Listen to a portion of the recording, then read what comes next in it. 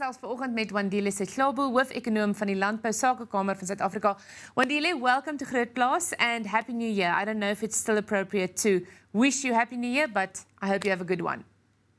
Thank you, and thanks for having me on. What are the major threats at the moment, and why are they so dangerous when it comes to the economy?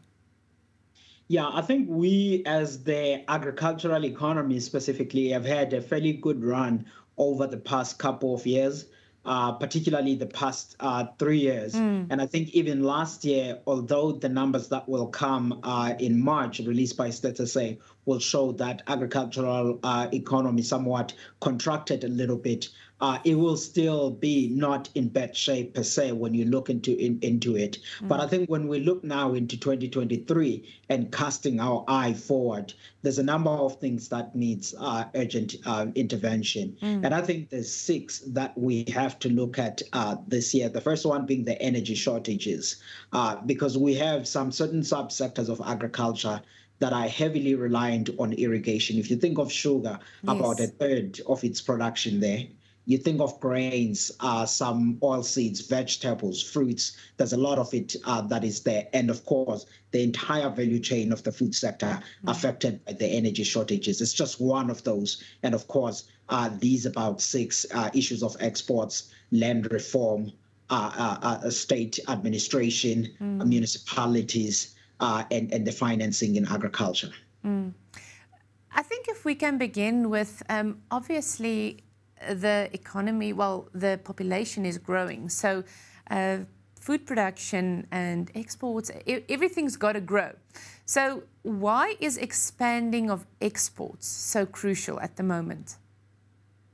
South Africa's agricultural sector is export-oriented. I mean, if you look at our sector right now, we are exporting roughly half of what we produce in value terms. That was worth at about $12.4 billion in 2021, and the numbers are around that range, about $12.4 billion again, if you look at the numbers that will come for 2022. Now, we are at a position where farmers have actually continued to expand the production.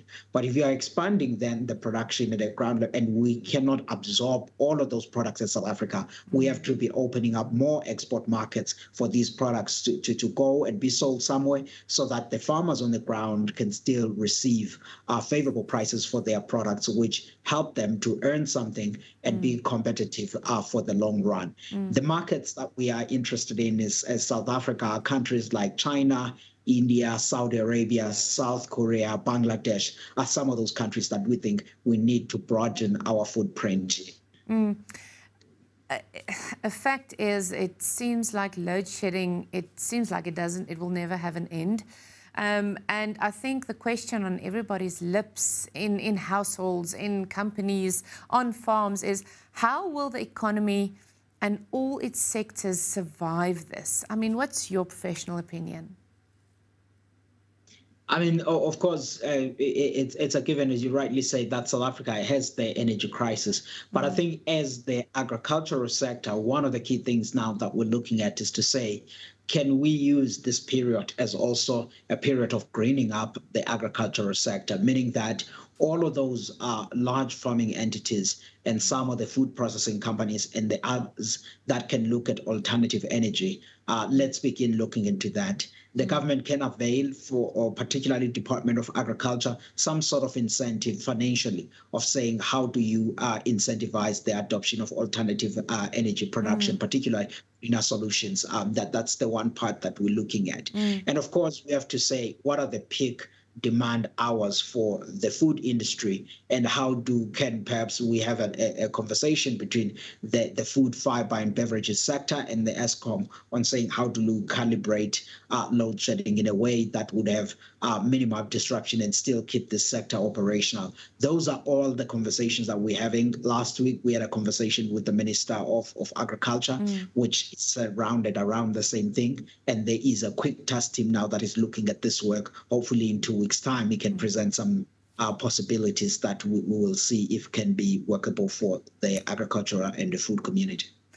I think it goes without saying, but at the moment, while there are discussions being held and I'm quite sure quite serious discussions being held. What are the main parts and the main challenges that need immediate attention? I mean, I think it's a realization of everyone that you cannot completely insulate certain areas from load shedding per se, if you look at the entire food industry. Firstly, being the fact that we don't have the sufficient energy.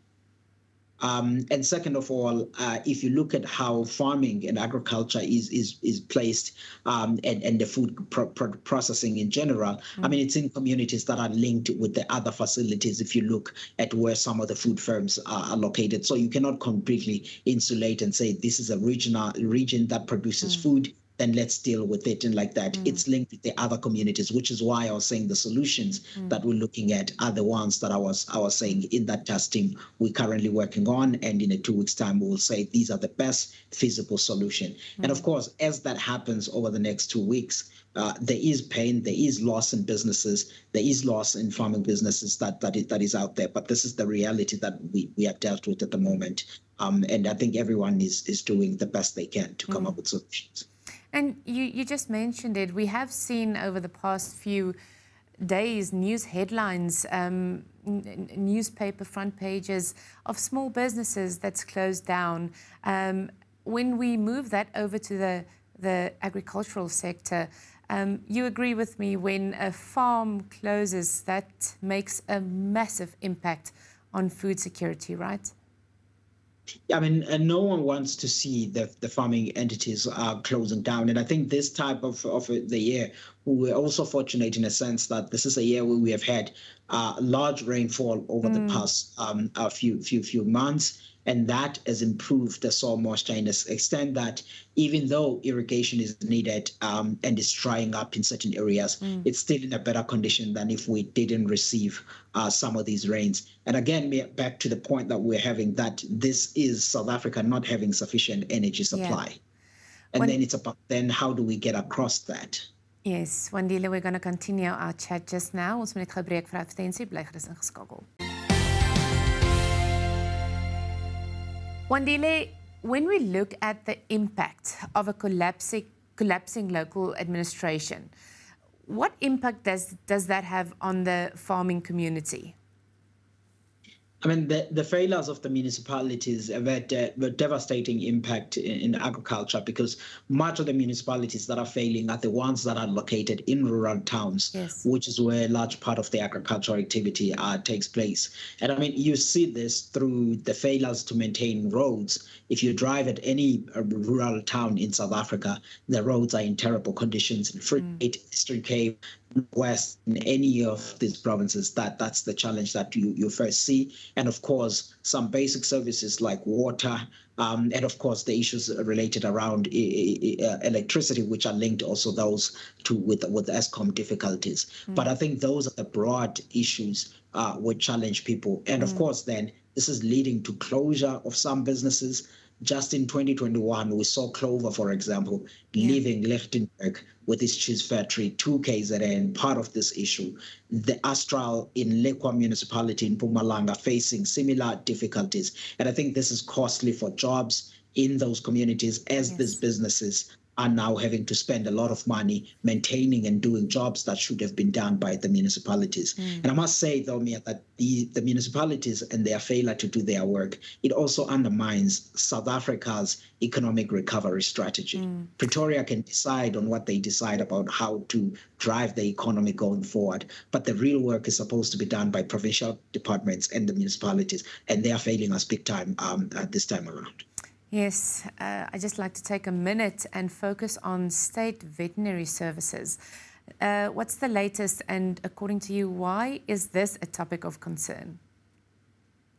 I mean, when you look at South Africa's agricultural economy, about half of it in value terms is the livestock, poultry, and all of that. So that means then biosecurity, animal health should be one of the priority things for South Africa, because that's where a large value is. Over the past few years, we've seen experience very difficulties with either foot and mouth disease, avian influenza, swine fever, and there's been a weakening in the capacity on the state vets. And I think that's the area that needs to be improved so that the productivity of the sector, particularly the livestock industry, can also improve alongside that, which is why it should be priority. And you're an economist, so I'd love to know, how big is the need for agricultural finance for new farmers, particularly? Yeah, I mean, it would be difficult to put a scale on a figure, but the point here is that South Africa's agricultural sector is capital intensive. Yes. So if you're thinking about expanding the existing commercial farmers, existing agribusinesses, but also bringing in new entrant farmers, tilling the land that is currently underutilized in the state hands, which is about 2.6 or so million hectares, you need a lot of money to actually be able to do that. Yes. Last year, we saw the Department of Agriculture and Land Reform and Land Bank establishing a blended finance of about a billion, 2 billion or so. The question then this time around is say, how do you increase that pot of money so that we able to have available and continue to push growth in the sector?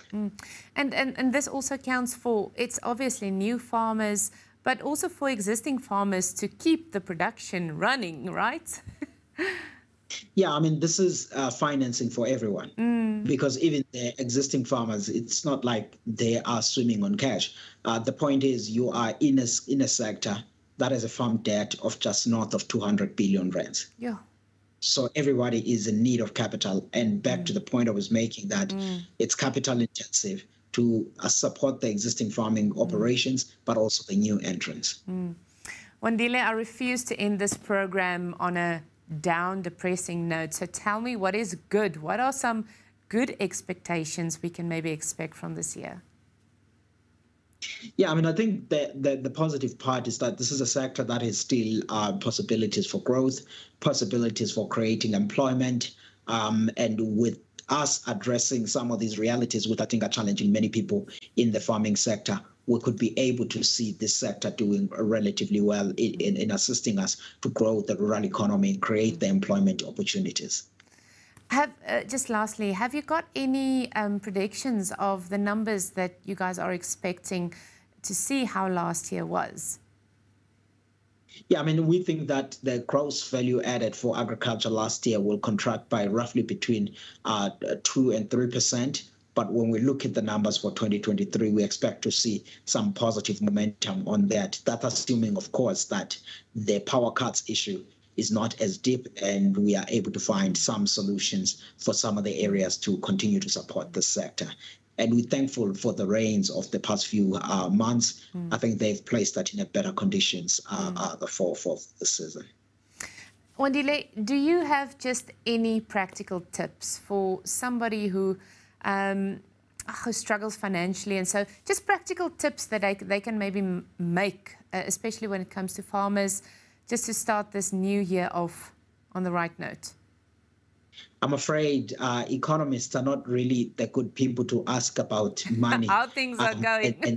and the tips. We look back and see how things were, but if we were to give tips, we're not good into that. Maybe the accountants and those that are in the financial professions will be good into that. Well, we definitely hope that the year ends better than it started. Thank you for your time and good luck, and we'll talk again soon. Thank you. Thanks for having me on.